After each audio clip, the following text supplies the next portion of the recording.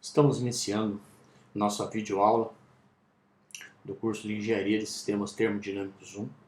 Meu nome é Guilmar e da UFGD, da Universidade Federal de Grande Dourados.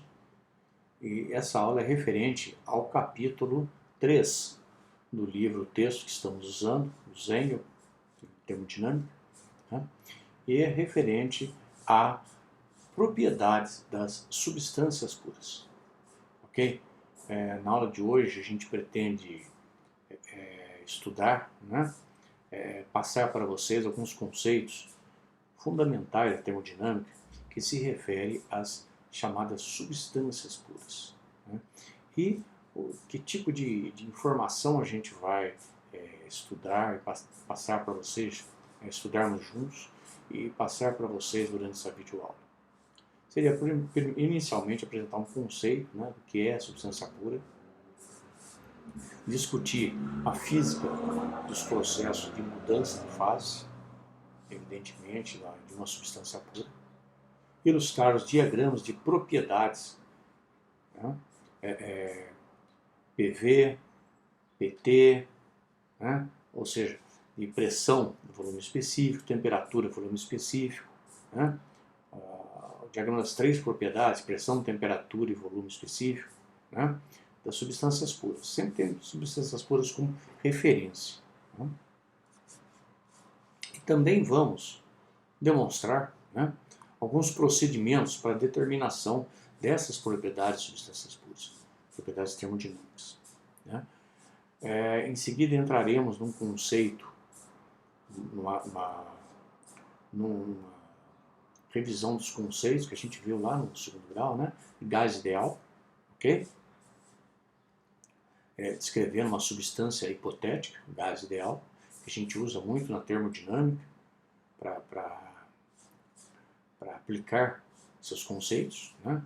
É fundamental entendermos o que é um gás ideal, as aproximações que podemos fazer para considerar uma determinada substância que a gente está trabalhando como um gás ideal, né? Vamos introduzir também o conceito de compressibilidade, né, que leva em conta o desvio de comportamento entre um gás real e um gás ideal, né, e apresentar algumas equações de estados mais conhecidas. Tá?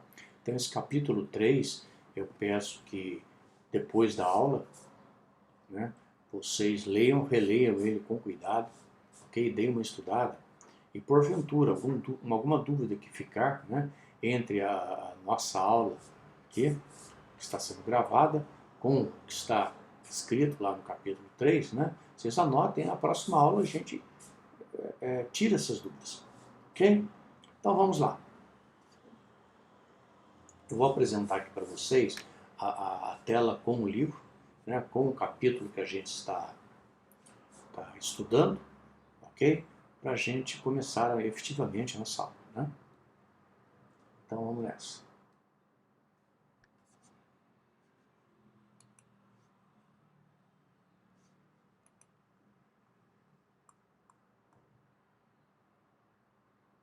Bom, inicialmente, o que é uma substância pura? Uma substância pura que tem a mesma composição química em toda a sua extensão é chamada de substância pura. Ou seja, uma substância considerada até de forma assim idealizada, né? Ela tem a mesma composição química, ela é homogênea na sua composição química, né, em toda a sua extensão. Essa é a definição mais clara que eu conheço para uma substância pura, né?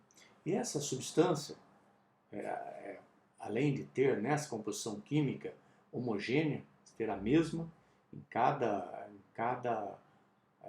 vamos dizer assim, em cada ponto de sua extensão, cada região de sua extensão, né, ela não precisa ser constituída por um único elemento.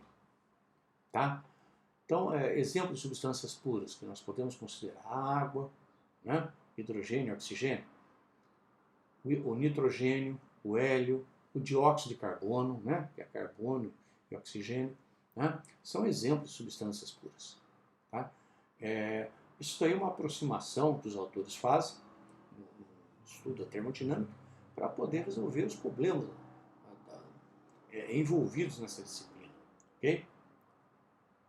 Então, voltando ao conceito, né, que uma combinação de diversos elementos ou compostos químicos também se qualifica como substância pura, desde que a mistura seja homogênea. Vamos dar um exemplo? O ar. O ar é uma mistura de diversos gases, né? Oxigênio, nitrogênio, gases nobres, tá? Hidrogênio também, pouca quantidade, né? Etc. Tá? Mas ele pode ser considerado uma substância pura. Por quê? A composição do ar, de um modo geral, né, ela é uniforme. Ok? Tem aqui na figura 3.1, uma figurinha onde mostra o nitrogênio e o ar gasoso são substâncias puras, né? Ilustrando isso que a gente está dizendo. Entretanto, por outro lado, se você pegar uma mistura de óleo e água, né, eu não vou considerar como substância pura. Por quê? O óleo, né, o óleo ele vai se concentrar na parte superior da água. Ele é menos denso que a água, né? Então ele vai para a parte superior. E a água, evidentemente, fica abaixo dele. Então não mistura. Então, o que eu quero dizer com isso? Na região de cima eu vou ter óleo, composição de óleo, abaixo eu vou ter água. Então não tem uma composição homogênea. Então a mistura aí é heterogênea. Tá? Então não considero como substância pura. Né?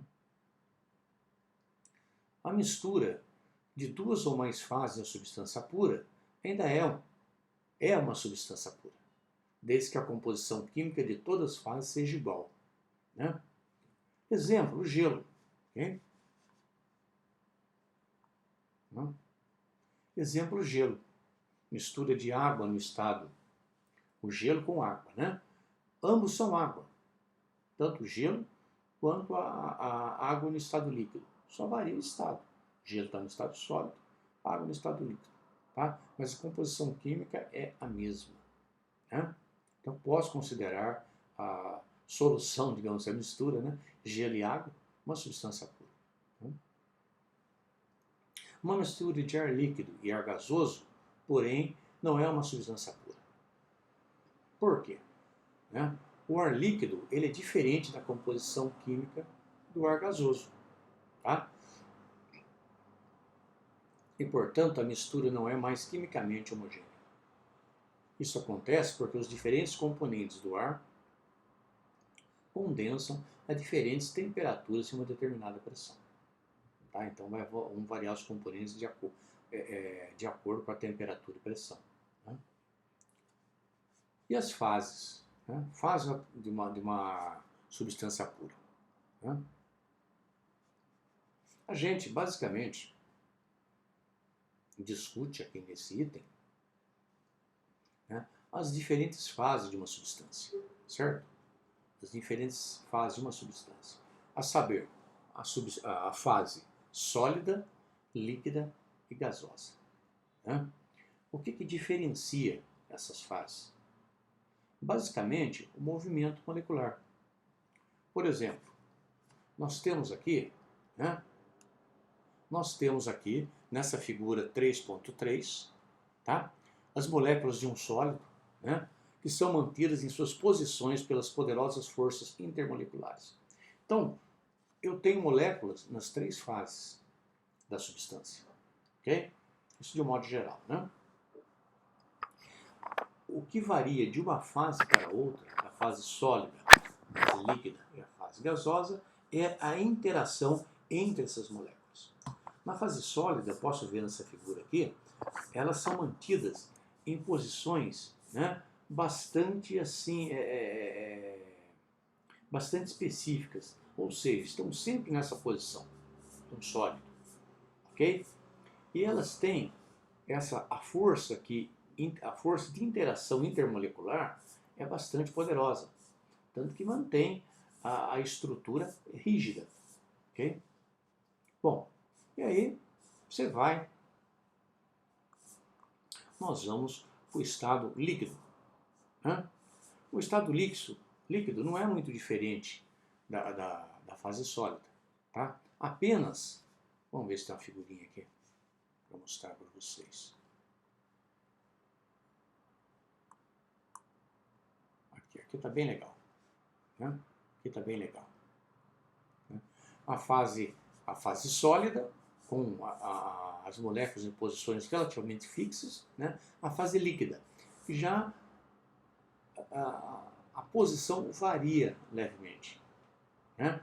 As moléculas estão ligeiramente afastadas, né? Elas já se movimentam em relação a outros grupos, certo? Ou seja, elas se agrupam e um grupo se movimenta, tem uma movimentação um pouco maior que na fase sólida, né?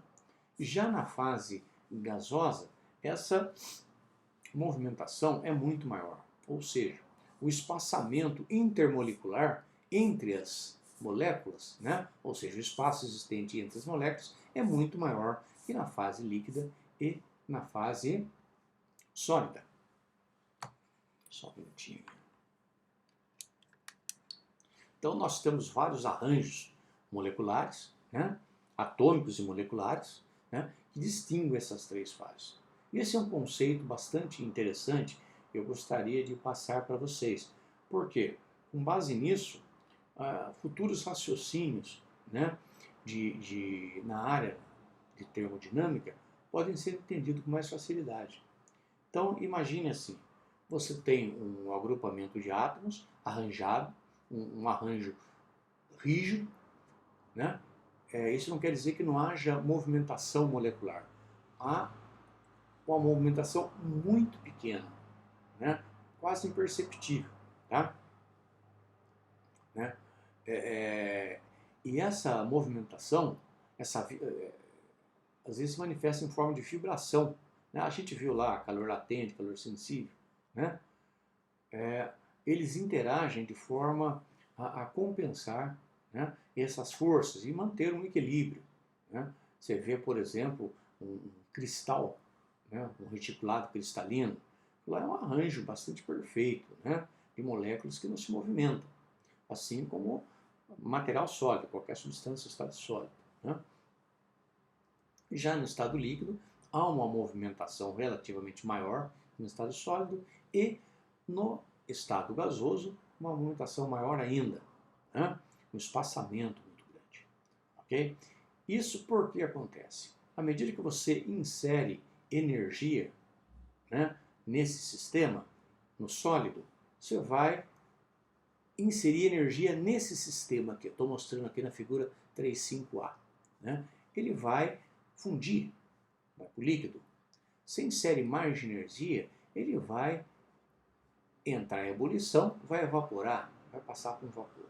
Então o estado vapor possui muito mais energia, né? Ele é mais energético que o estado líquido, o estado sólido. Tá? Ok? Vamos lá então. É um conceito simples, mas guardem direitinho que vai ser bastante útil, né, daqui para frente. Tá?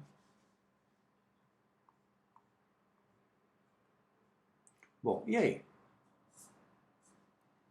E aí, né, o autor dá várias figuras aqui, né, que nós vamos usar para passar para vocês o conceito de líquido comprimido e líquido saturado. Ok? Essa figurinha, você imagina um pistão, né, um cilindro, ok, com um pistão dentro e aqui tem a substância. Né? Essa substância pode ser, por exemplo, água, substância pura, água, por exemplo. Né? E aqui uma fonte de calor. Tá? Então, nesse primeiro instante, o que eu vou chamar de estado 1, eu tenho uma pressão de 1 atmosfera, ok? Que é a pressão exercida pela atmosfera a nível do mar, né? num local, né? num ponto ao nível do mar. E eu tenho uma fonte de calor aqui, imagina um bico de Bunsen, né? Um foguinho aqui, tá? Inserindo calor no sistema. Nesse caso, eu tenho P, pressão 1 atmosfera, a pressão da minha água aqui no meu sistema, né? E tenho a temperatura de 20 graus Celsius. Começo a inserir calor, tá? A água está na fase líquida, né? Então, nesse caso, eu considerando esse arranjo, né? sob determinadas condições, ou seja, essas condições de uma atmosfera e 20 graus Celsius, né, a água está na fase líquida. E nessa fase, a gente chama a água como líquido comprimido ou líquido subresfriado. Então, duas nomenclaturas, um ou outro, um autor usa um, outros autores usam outro, mas ambos são sinônimos, né, e são aplicados nesse caso. O líquido está comprimido e está subresfriado. A pressão de uma atmosfera, a temperatura de 20 graus Celsius. Né? Isso significa, o que isso significa? Né? Significa que ele não está pronto para ser convertido em vapor. Está a 20 graus Celsius na atmosfera. Né? Não está pronto, ou seja, ele vai começar a esquentar. Estou inserindo energia térmica no meu sistema, que é o sistema, né? Vou imaginar que meu sistema fechado, né, definido pelos limites do pistão e do cilindro, onde se encontra a água. Né? Então, à medida que eu vou aquecendo o meu sistema, eu passando calor para o meu sistema, né, eu vou elevando a temperatura. Por exemplo, 40 graus. Tá? E à medida que essa temperatura se eleva, a água líquida se expande ligeiramente e seu volume específico aumenta. Né? Lembrando que o volume específico é o volume, né, dividido pela massa, né, metro cúbico por quilogramas no sistema internacional. Tá? Então, à medida que eu estou inserindo, esse pistãozinho ele está livre aqui em cima. Ele vai subindo, né, porque eu estou expandindo levemente o volume dessa água contida nesse cilindro. Né? Então, e para acomodar essa expansão, o pistão ele se move. Você vê que eu não tenho nada contrapondo ao movimento do pistão aqui. Não tem mola, não tem peso, nada. Ele vai se mover. Né? Bom, e aí? Nesse estado ainda é um líquido comprimido ou subresfriado, pois ainda não começou a vaporizar. Tá? Então eu continuo inserindo calor. E atinjo, por exemplo, né? Atinjo aqui no figurinho de estado 2, figura 3.7, eu atinjo a água a 100 graus Celsius. Tá? A pressão ainda continua na atmosfera, porque não tenho contraponto, não tenho nada, né, contrapondo a movimentação desse pistãozinho aqui. Ok? Então, nesse ponto, 100 graus Celsius na atmosfera, a água ainda é um líquido. Ok? Ela é um líquido, né? Mas qualquer adição de calor, além do que já inseri nesse sistema, fará o líquido se converter em vapor. Ou seja, um ΔE de energia térmica no meu sistema, né, vai fazer com que essa água que está em líquido comprimido ou líquido subresfriado, né, como a gente viu aqui em cima, tá? Ela vai se tornar vapor, ela vai começar a passar para o estado gasoso. Tá?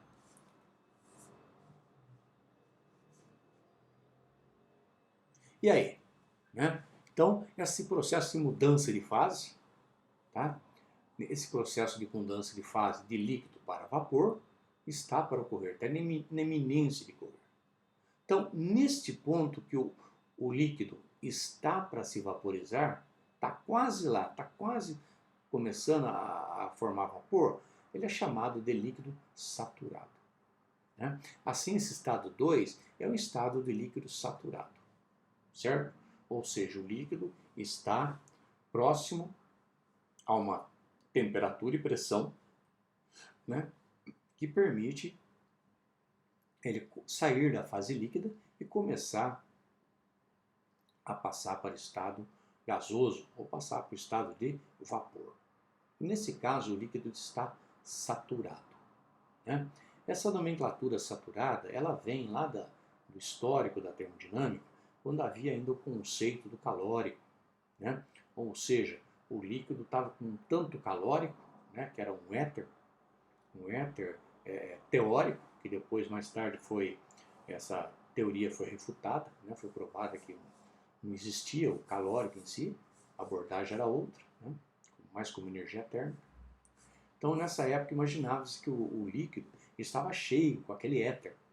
Então, ele estava saturado com aquele éter. E esse conceito veio, esse conceito era tão forte que ele permaneceu na termodinâmica. E hoje a gente chama de líquido saturado, então, aquele líquido que está, né, no limiar da passagem do estado, né, de líquido para o estado gasoso. Tá? E aí? Bom, já vimos então o líquido comprimido, líquido subresfriado, líquido saturado. Né? Vamos ver vapor saturado e vapor superaquecido. Gente, essas definições são bastante assim, são simples, né? Mas são muito importantes para vocês estudarem a termodinâmica. Nós vamos falar o tempo todo nessas fases, nesses estados, né? Durante o nosso curso. Tá?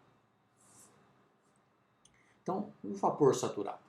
Vapor saturado e vapor superaquecido. Né? Então, logo após a ebulição, ou seja, começou a formação de bolhas, né? A temperatura para de subir. Vamos pegar o nosso caso aqui, o estado 3, né? Vamos pegar o estado 3, olhando aqui embaixo. Tá? Vou aumentar aqui. O estado 3. Eu continuei inserindo calor no meu sistema. Tá? Então, começou a formação de bolhas, que a gente chama de nucleação, começou a nucleação de bolhas. O que acontece? A temperatura para de subir. Ela, no caso de uma atmosfera de pressão, né, ela para em 100 graus Celsius. Para, e até que a última bolha se converta, a última bolha, né? Não, bolha não fica legal, já penso de vapor. Última gotinha de líquido, última gota de líquido se converte em vapor, né? A temperatura vai continuar sendo 100 graus, tá? Ou seja, ela permanece constante. Né? E a gente pode verificar isso colocando um termômetro na água pura em ebulição e uma panela no fogo. Então, for ao nível do mar, uma atmosfera de pressão, o termômetro vai parar ali nos 100 graus Celsius. Tá? Se for no nível Dourados, né? Dourados deve dar o que? Uns 98, 99 graus, mas é em torno de 100. Né? Que a pressão é um pouco menor, menos na atmosfera. Né? Então, durante esse processo de ebulição, a única alteração que observamos é um grande aumento do volume e um declínio contínuo do nível de líquido, como resultado do líquido que continua a transformar em vapor. Então, quando esse gás, essa água começa a evaporar, o meu êmbolo está aqui, né, no cilindro, digamos que ele não tem, ele é vedado, né? Ele tem vedação, não deixa escapar vapor, o volume vai se expandir. Você viu que o volume subiu, ó. Tá? Então, quando esse processo, né, como esse processo de vaporização passa da metade do estado 3, o cilindro contém quantidades iguais de líquido e vapor. Metade que ele fala é metade do volume aqui, né? Então, metade líquida, metade é vapor. Eu estou inserindo calor aqui. Né? Nesse ponto, então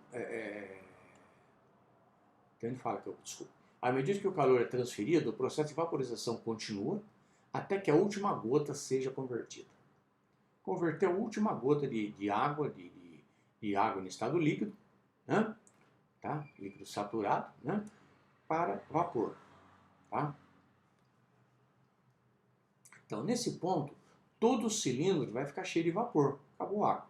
Converteu toda a água em vapor. Né? E fará parte dele qualquer perda de calor por parte desse vapor fará com que parte dele se condense. Ou seja, eu tenho todo o vapor aqui. Mas de repente, imagine vocês que de repente ocorra uma perda de calor através da parede. Por exemplo, né, um vazamento aqui no pistão. Se perdeu energia, esse vapor começa imediatamente, né, em partes, né, a retornar ao estado líquido. Ele começa a se condensar. né? Então, o vapor que está neste ponto, que começou a condensar, ele está pronto para condensar, né? Está quase chegando lá, não começou ainda, mas está com um ΔE de energia térmica, um ΔE de calor, né?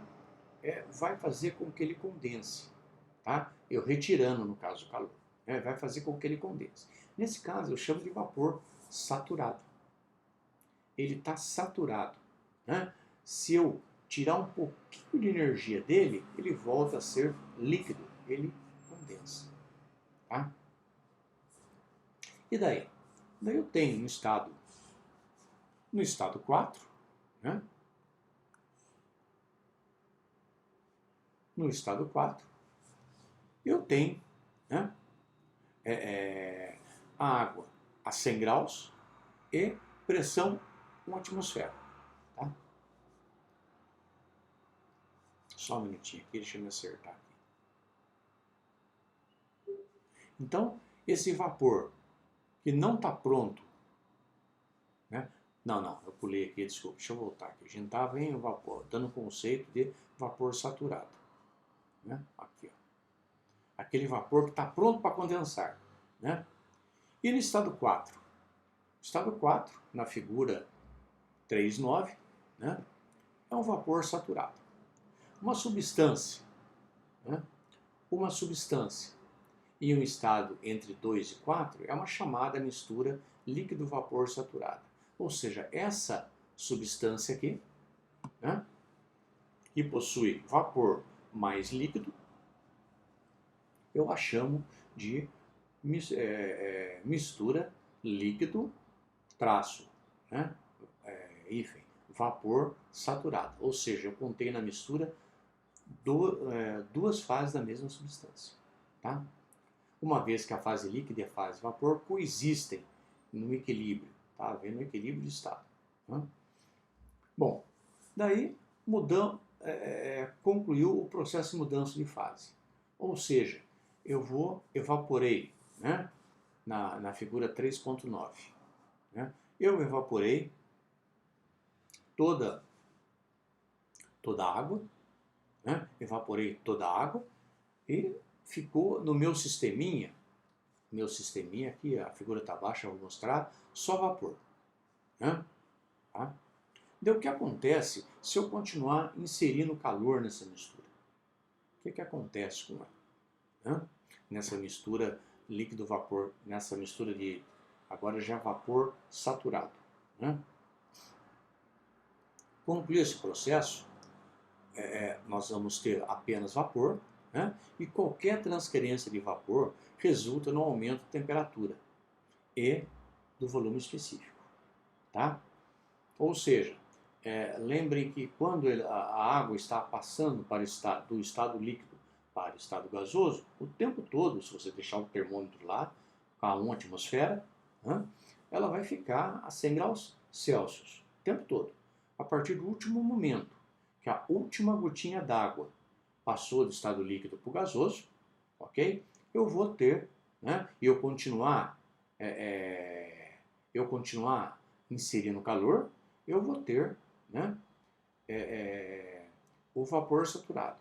A partir deste ponto, está todo o vapor, mas, né, a temperatura ainda está 100 graus. Se eu inserir um ΔE de energia, a temperatura vai começar a subir.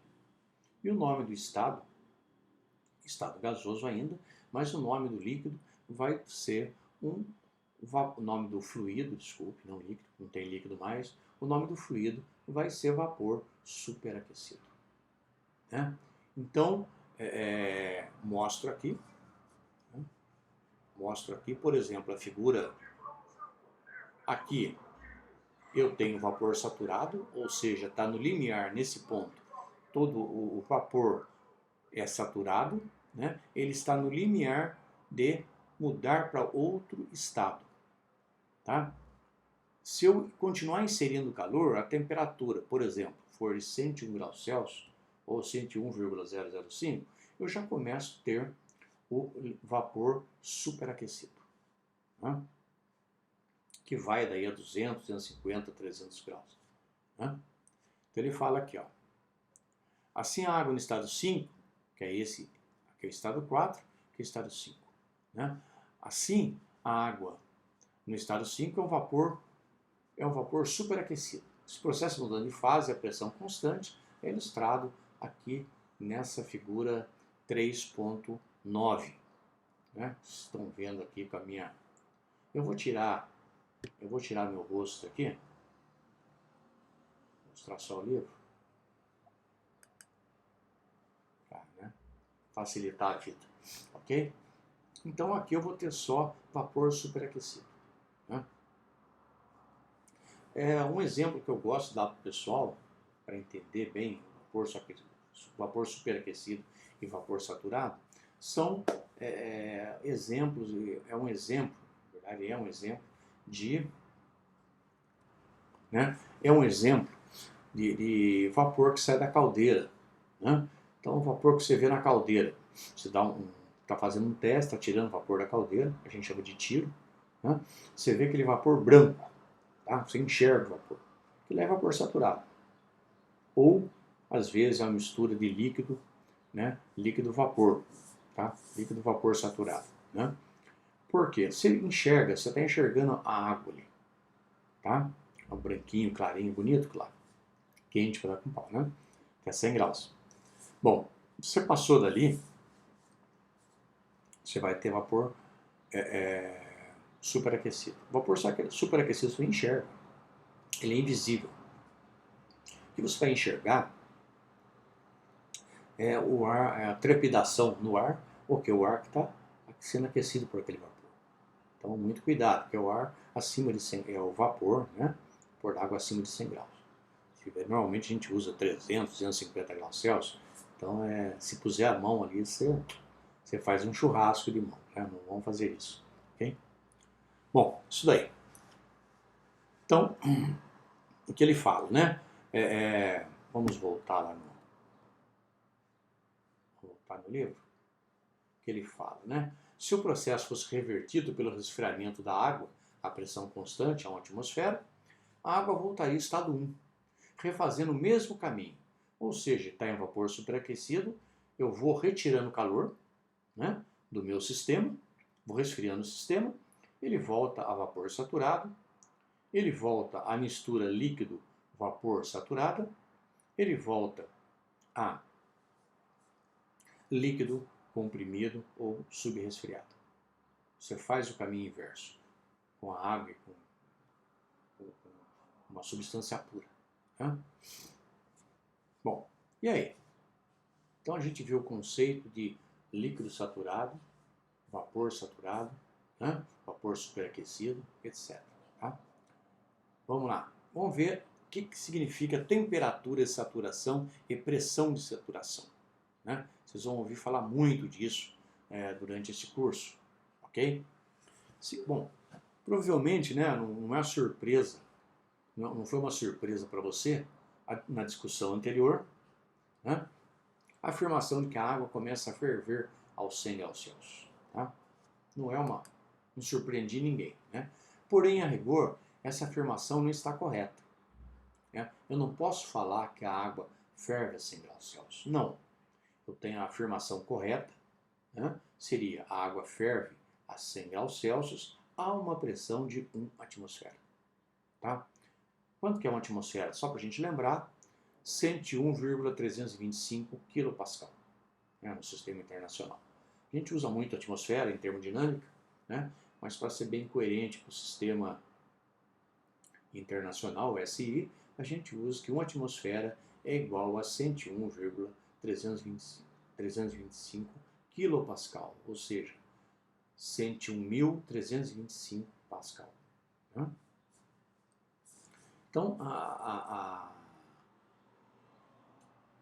a pressão dentro do nosso cilindro, da figurinha aí, né, se ela for elevada para 500 kPa, 500 kPa, tá, a adição de peso na parte superior do pistão, né, adicionando, por exemplo, pezinho aqui em cima, né, eu ponho peso em cima do pistão, né, eu ponho um contraponto ao movimento dele, né, eu elevo essa pressão. Então eu estou vendo que 500 kPa já está acima de 101 kPa, né? Então está maior que a atmosférica. o que vai acontecer isso? Né? Pela essa adição de peso, a água vai começar a ferver não a 100 graus Celsius, mas a 151,8 graus Celsius. Por quê? Porque eu vou ter uma resistência maior à expansão do meu volume. Né? Se aumentando a pressão, você vai aumentar a temperatura de fervura da água. Certo? Por quê? Veja bem o conceito de pressão. Né? Quando você fala em pressão, o que você imagina? Pressão, por exemplo, dentro desse cilindro, né? Dentro desse sistema fechado de massa fixa. Sistema de massa fixa, né? Não é massa variável. O que eu imagino como sendo pressão? Eu imagino que seja o movimento molecular contra as paredes do sistema, contra a fronteira do sistema, ou seja, contra as paredes do cilindro e contra a parede do êmbolo que está se movendo. Né? Isso é pressão. Movimento molecular contra a fronteira do sistema. Tá? Lembra que aqui eu estou tendo um gás, tá? Eu estou tendo um gás, né? E o movimento molecular é intenso. Né? Então é isso. Tá? Quanto maior a pressão feita pelo meu êmbolo, né? Maior será a temperatura com que essa água vai passar de mudança de fase, vai passar, por exemplo, de líquido para gasoso, ou seja, ela vai ferver. Né? Então eu digo aqui, ó, a temperatura na qual a água começa a ferver depende da pressão. Portanto, se a pressão for fixa, a temperatura de ebulição também é fixa. Gente, isso daí parece meio lógico, meio bobo até o conceito, mas não é um conceito importantíssimo. Né? Levaram-se milhares de anos para chegar a esse conceito, a chegar nesse ponto de estudo que a termodinâmica trata. Né? E a partir disso, você vai ter a elaboração de tabelas que ajudam muito nós, engenheiros, no estudo de problemas termodinâmicos. Ok? Então, né, continuando, a uma determinada pressão, a temperatura na qual a substância pura muda de fase é chamada temperatura de saturação. Certo? Ou seja, eu vou ver a temperatura de saturação da água a 1 atmosfera, né, 100 graus Celsius. Certo? Então, é a temperatura na qual ela vai mudar de fase, né, de saturação. Tá? Tem a temperatura de saturação também do sólido para o líquido, né? Certo? Fusão, etc. Né? E assim por diante. Mas a gente vai estudar isso para frente. Então, fala aqui, ó. Da mesma forma, a uma determinada temperatura, a pressão na qual a substância pura muda de fase é chamada de pressão de saturação. Certo? Então, temperatura que a substância muda de fase é uma determinada pressão, temperatura de saturação. Pressão na qual uma determinada substância, né? Uma substância pura, né? Sempre a substância pura que a gente está falando, né? Muda de fase é pressão a uma determinada temperatura, é a pressão de saturação. Um é T maiúsculo SAT, né? Subscrito SAT, o outro P, T SAT, P SAT, né? Temperatura de saturação, pressão de saturação. Em termodinâmica, nós costumamos indicar a temperatura com T maiúsculo, a letra T maiúsculo. Tempo com o T minúsculo. Né? Não é bom confundir isso. Em determinados problemas, você vai ter tempo e vai ter temperatura. Então, cuidado com essa classificação, com esse jeito de escrever. Né? Lembrando sempre que temperatura, então, no caso, vai ser T maiúsculo. Pressão a gente costuma pôr com P maiúsculo também. Tá? Então, uma pressão de 101,325 kPa, né, que é a pressão atmosférica, a temperatura de saturação da água é 99,97 graus Celsius. É muito próximo de 100. A gente converte o 100, né, mas na verdade é 99,97 graus Celsius. Analogamente, uma temperatura de 99,97 graus Celsius, a pressão de saturação é 101,325 kPa. Né? A 100 graus Celsius, a pressão de saturação é a 100 graus Celsius, entre parênteses aqui, né, o livro está dizendo, está mostrando, a pressão de saturação é 101, né, conforme a ITS 90, a norma ITS 90, foi discutida lá no capítulo 1, foi estudada no capítulo 1. Então, para que servem essas informações, né? Por quê? Com isso a gente faz tabelas. A gente gera tabelas que vão ajudar a gente no estudo no estudo dos problemas de engenharia, no estudo da termodinâmica e da aplicação da termodinâmica evidente nos problemas de engenharia. Né? Bom, essas tabelas elas relacionam a pressão de saturação em função da temperatura de saturação, ou vice-versa. Né? Elas encontram disponível praticamente para todas as substâncias. Tá? Aqui no livro do Zengel, ele tem a tabela 3-1, né, que apresenta uma listagem parcial dessa tabela, né, uma parte dela para a água. Tá? Essa tabela indica que a pressão da água em mudança de fase, ebulição ou condensação, né, um caminho no outro, a 25 graus Celsius deve ser de 3,17 kPa. E que a pressão da água deve ser mantida a 3.976 kPa, cerca de 40 atmosferas, né, para que ela entre em... Só um minuto aqui. Para que ela entre em ebulição a 250 graus Celsius. Ou seja, suba a pressão, né? Suba a pressão, o que acontece com as moléculas lá dentro? Elas precisam de mais energia, né, para atingir o estado que muda de fase, né? Atingir a temperatura que muda de fase. Tá? Então ele fala aqui, ó, da mesma forma a água pode ser congelada, reduzindo sua pressão para níveis abaixo de 0,61 kPa. Ou seja, a pressão vai ser bem abaixo da atmosfera, né? E com isso a temperatura de mudança de fase, de congelamento dela, ou seja, de passagem da fase líquida para a fase sólida, vai ser, né, atingida. Tá? Aí você congela, né? Atinge os 0 graus. Né? Aí você congela, no caso da água, transforma ela em gelo. Né? Então, continuando o nosso assunto, né, a gente mostra aqui num gráfico, né, um gráfico, tá? Esse gráfico é um diagrama temperatura, volume específico, para o processo de aquecimento de água a pressão constante. Tá?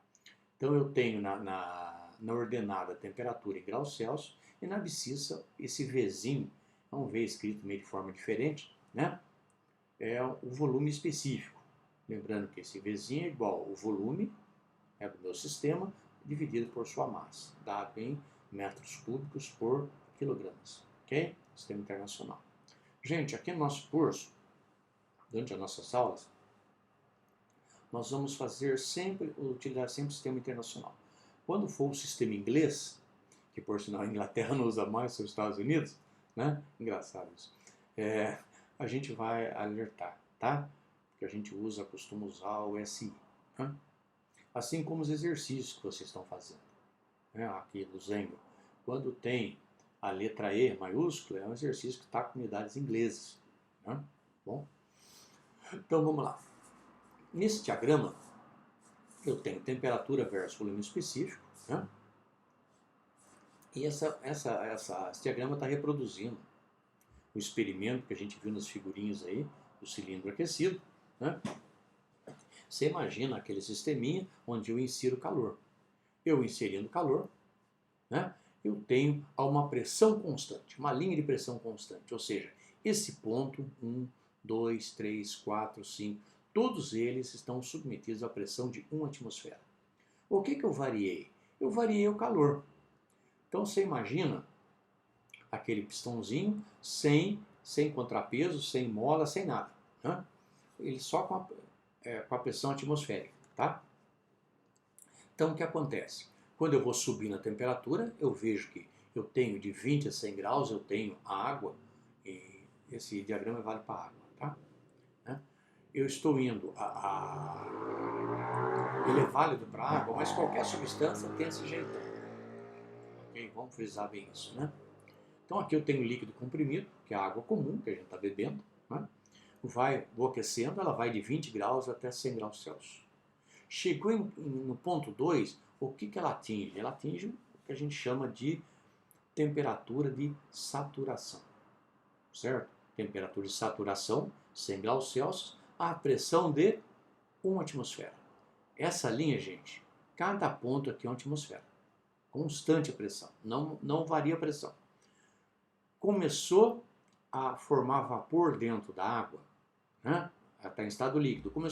Passou pela temperatura 100 graus Celsius, nível do mar, atmosfera. Começou a formar vapor, ela estabiliza a temperatura. Olha, temperatura em 2, em 3, em 4 vai ser 100 graus. Né? É o termômetro dentro da panela, que não sai dos 100 graus. Atingiu outro ponto aqui no ponto 4, nesse estado 4, ela deu aquele... evaporou, né? Tornou vapor a última gotinha que tinha no cilindro. Evaporou a última gotinha, tudo vapor, a temperatura sobe, dispara. Então a temperatura neste ponto aqui, por exemplo, já vai dar 120, 130 graus. Né? A temperatura em 5, digamos, atingiu 300 graus, a 1 atmosfera. Então isso aqui, gente, é um diagrama TV para o processo de aquecimento da água a uma pressão constante de 100 graus. Ok? Bom, e aí? Vamos para frente. Então, nesse caso, é necessário uma grande quantidade de energia para derreter um sólido ou vaporizar um líquido. Tá? A quantidade de energia absorvida ou liberada durante o processo de mudança de fase é chamada de calor latente, que a gente viu lá na vibração das moléculas no capítulo 1. Tem esse calor latente, né? Ele é dado à substância, ele é fornecido à substância para que ela mude de fase. Tá?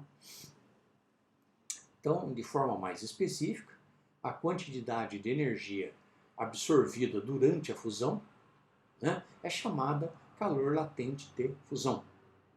Tá? E é equivalente à quantidade de energia liberada durante a solidificação. Ou seja, eu peguei a energia, que eu chamo de calor latente de fusão, para, digamos, fundir o gelo em água líquida. Certo? Eu forneci esse calor ao meu sistema, digamos aí um pedaço de gelo. Né? Ao passo que, se eu retirar calor da minha água líquida, né, eu vou voltar a ter gelo. Ok? Esse caminho vale nas duas vias. E esse calor, em termos assim, não levando em conta a retirada ou fornecimento, não levando em conta o sinal dele, em termos de quantidade, né, ele é igual, certo? Eu chamo de calor latente de fusão. Né? Da mesma forma, em termos de magnitude, né, de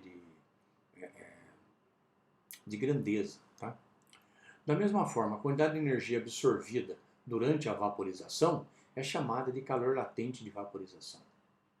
Ou seja, absorvi energia térmica, absorvi calor, vaporizei minha água. Quando eu vaporizo toda a água, né, para fazer esse processo, eu estou usando o calor latente de vaporização. Tá? E ele, por outro lado, né, ele é equivalente à energia liberada durante a condensação. Ou seja, resfriei, tirei energia, a água condensa, a substância condensa. Fornecer energia, ela vaporiza. Tá? A magnitude, a quantidade é a mesma. O que varia é o sinal, que diz, no caso, mais forneci, menos retirei, né, do sistema. Tá? Tudo bem? Acho que até aqui tá tranquilo, né? Vamos avançar mais um pouquinho. Esse capítulo ele vai demandar mais umas 2 aulas, né? Vamos avançar mais um pouquinho que tá interessante a coisa aqui. E esses conceitos, gente, assistam aqui minha aula. Eu vou postar também vídeos, né, com outros professores, ilustrações e tal, que ajudam vocês a entenderem um pouco melhor isso também, né? Porque é fundamental que vocês tenham esse conceito, tá? Para resolver problemas de termodinâmica, problemas de resistência e calor, tudo envolvido a energia, calor, né? A termodinâmica, tá? Bom, vamos lá. Então, as magnitudes dos calores latentes, né, a quantidade, né, magnitude de calor latente, depende da temperatura e da pressão, certo? Na qual ocorre essa mudança de fase.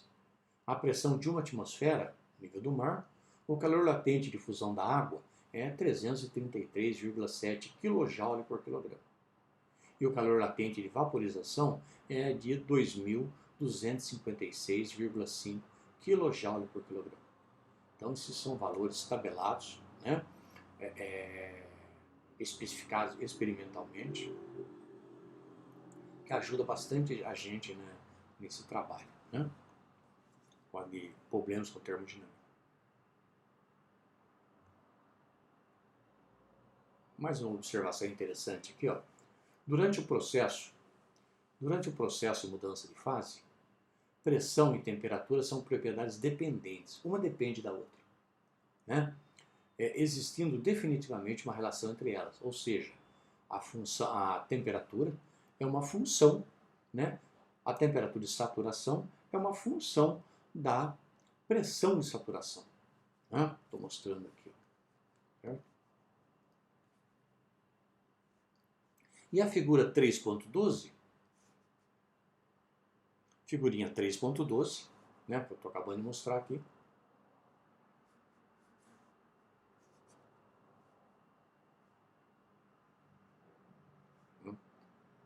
A figura 3.12, ela mostra a temperatura de saturação em função dessa pressão de saturação. Temperatura em graus Celsius, né, e a pressão de saturação em quilopascal. Né, demonstra essa curva aqui. Ó. Então, esse gráfico ele chama de curva de saturação líquido-vapor. Tá? Uma curva desse tipo é a característica de todas as substâncias puras. Então você tem para a água, você tem para o CO2, você tem para o hidrogênio, etc, etc. Tá? Então essa figurinha mostra que a temperatura aumenta, né? Aumenta com a pressão, certo? Ou seja, vamos voltar nela. Né? Ou seja, eu vou subindo a temperatura, 50 graus, está na ordem aqui de mais ou menos o que? Uns 40 quilopascal, vou subindo 100 graus, já dá uns 180 quilopascal, e aí vai, né? 150, né? 150. Chega uma hora que isso aqui vai lá para cima. Você perde até o controle da coisa. Mas, por exemplo, para 600 kPa, eu tenho uma temperatura de 150 graus Celsius. Né? Então, aqui é um exemplo, a gente pode pegar um exemplo aqui, né? A gente usa, todo mundo, acho que todo mundo cozinha, ou já viu alguém cozinhar, né? Conhece panela de pressão. A panela de pressão usa esse princípio de aumento de pressão, aumento de temperatura, né? Ela fala aqui, ó, na cozinha, temperaturas de ebulição mais altas significam tempos de cozimento menores e economia de energia. Por isso que você usa a panela de pressão. Você vê, se você for cozinhar o feijão com um pedaço de carne na panela de pressão, numa panela comum, aberta a pressão atmosférica, você vai levar um tempo X. Né?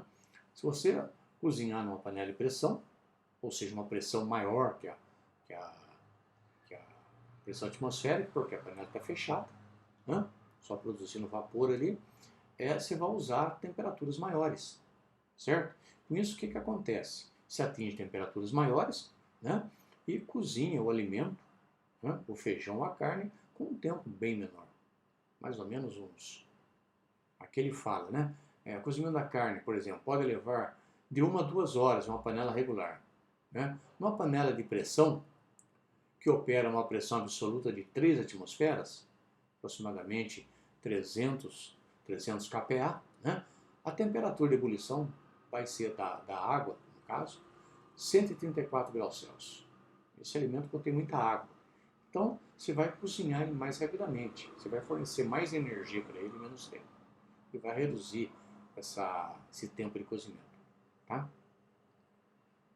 E faz uma série de observações, mas o que eu queria falar para vocês aqui era isso. Né? Bom, para só mais 5 minutinhos a gente fecha aqui, tá? Então, algumas consequências dessa dependência, né, da temperatura de saturação e da pressão de saturação. Né? Então, a gente já mencionou aqui que uma substância a uma determinada pressão entra em ebulição à temperatura de saturação correspondente àquela pressão. Esse fenômeno permite controlar a temperatura de ebulição de uma substância por meio de apenas o controle da pressão, o que resulta em inúmeras aplicações práticas. Ou seja, se eu tenho um dependendo do outro, varia um, varia o outro, né? Isso permite aplicação prática. Tá? A gente tem alguns exemplos, né? E a tendência natural ao equilíbrio das fases mediante a evaporação de parte do líquido é o mecanismo físico por trás dessas aplicações. Ou seja, as fases tendem a chegar em equilíbrio no sistema, né? Durante a evaporação. Tá? Daí fala aqui, ó, há um exemplo interessante, né? Considere uma lata fechada contendo fluido refrigerante 134A.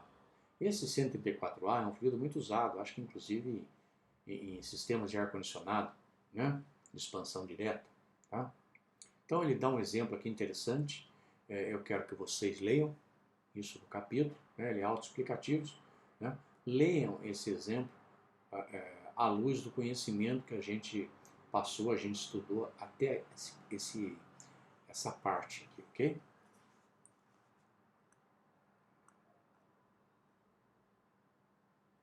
Né? Então ele mostra aqui o exemplo que é uma câmara de nitrogênio, câmara de teste, tá? Ele descreve esse experimento aqui, tá? Isso eu peço para vocês darem uma lida, né? Que tá bem autoexplicativo e eu quero ver se vocês adquiriram realmente esse conhecimento que a gente passou até agora. Tá ok? Então eu estou praticamente encerrando essa aula de hoje, né? Ele fala do resfriamento a vácuo, tá? E assim por diante. Embalagem de gelo, tá? Então eu quero que vocês estudem até esse item 3.4, que são os diagramas de propriedades para os processos de mudança de fase. Né? Nós vamos ver esse item na próxima aula, ok? Eu quero que vocês deem uma lida no item 3.3, que a gente menciona esse processo de gelo a vácuo, formação de gelo a vácuo, a experiência, né, feita pelo escocês, né, na Escócia, lá, o Dr. William Cullen. Ele fez gelo em 1775. Fez de forma assim, experimental já, né? Retirando o ar do tanque de água, fazendo vácuo. Então eu quero que vocês deem uma lida nesse trecho. Ele é bem elucidativo, baseado, utilizando os conceitos que nós vimos até aqui. Tá ok? Então vamos encerrando essa aula aqui. Até a próxima. Vamos lá, continuando. Então, 6.